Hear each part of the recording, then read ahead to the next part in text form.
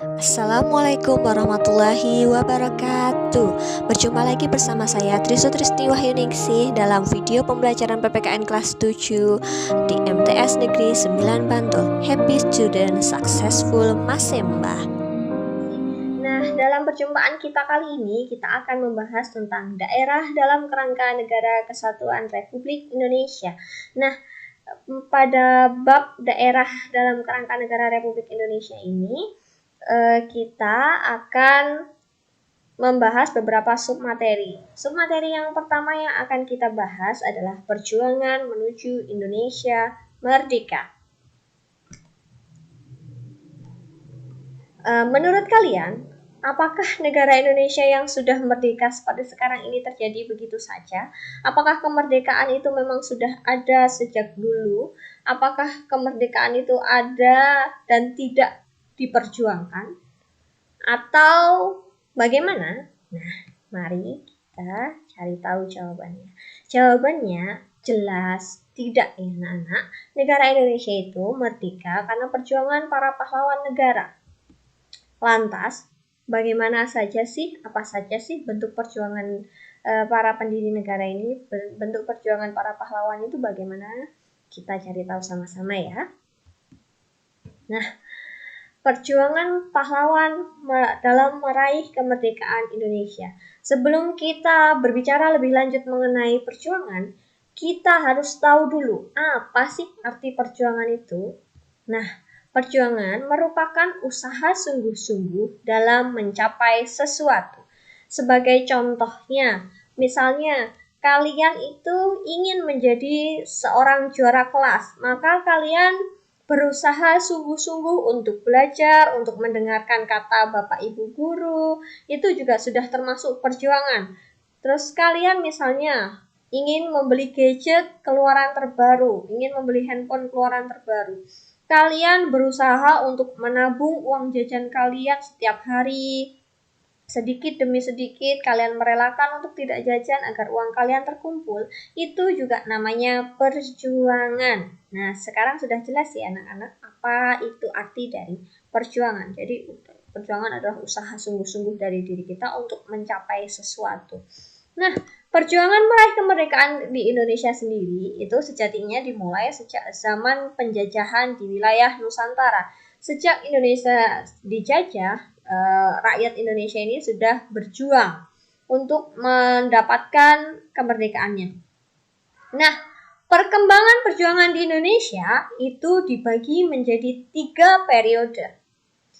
Periode yang pertama itu pada tahun 1602 sampai 1908.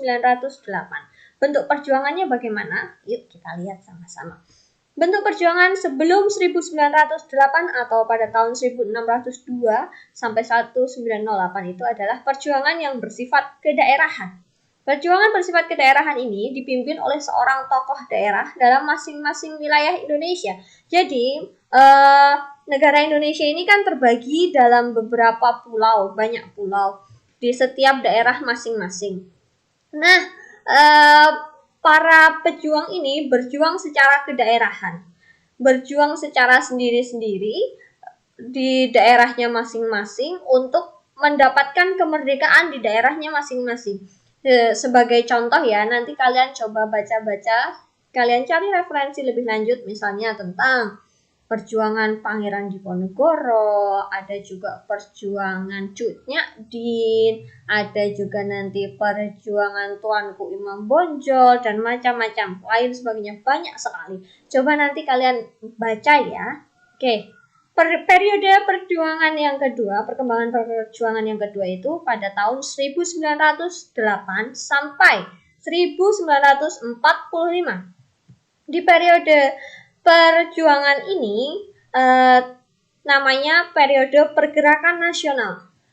Pergerakan nasional ini perjuangannya melalui organisasi pergerakan seperti berdirinya Budi Utomo, peristiwa Sumpah Pemuda, dan juga proklamasi kemerdekaan.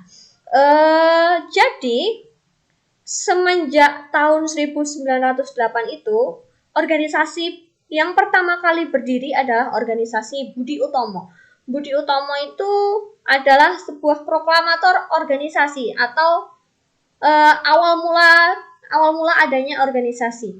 Setelah Budi Utomo ini berdiri, kemudian banyak sekali organisasi-organisasi yang berdiri, di antaranya ada Yong Java, Yong Sumatera Nempong, Sarekat Islam, dan macam-macam. Nah, karena banyaknya organisasi yang berdiri ini, mereka mempunyai tujuan yang sama, yaitu untuk memperjuangkan kemerdekaan Indonesia. Namun perjuangannya itu bukan melalui perang. Perjuangan mereka itu melalui perundingan-perundingan, melalui organisasi. Nah, karena banyaknya organisasi yang berdiri ini, kemudian terjadilah peristiwa Sumpah Pemuda pada tahun 1928.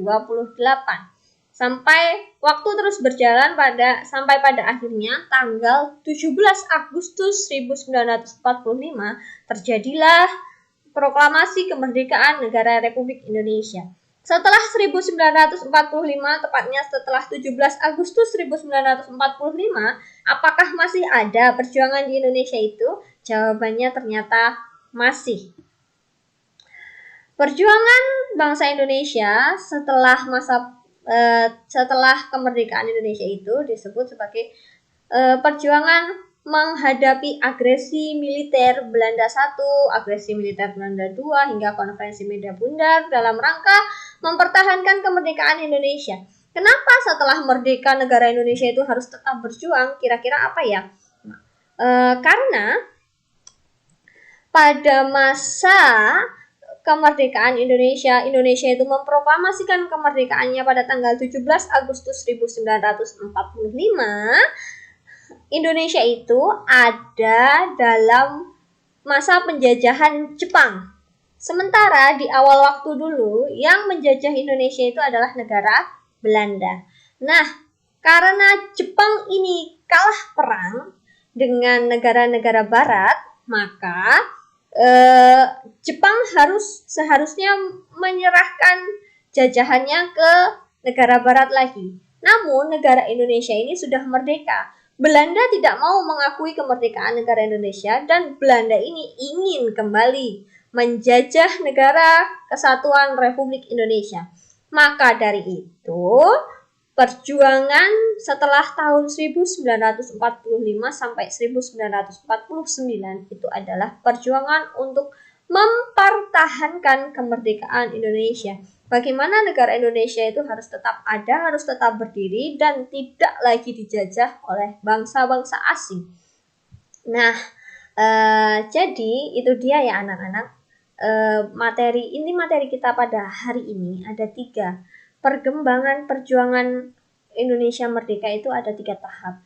Yang pertama tahap mulai tahun 1602 sampai 1908, yang itu masa penjajahannya masih bersifat masa perjuangannya masih bersifat kedaerahan, antar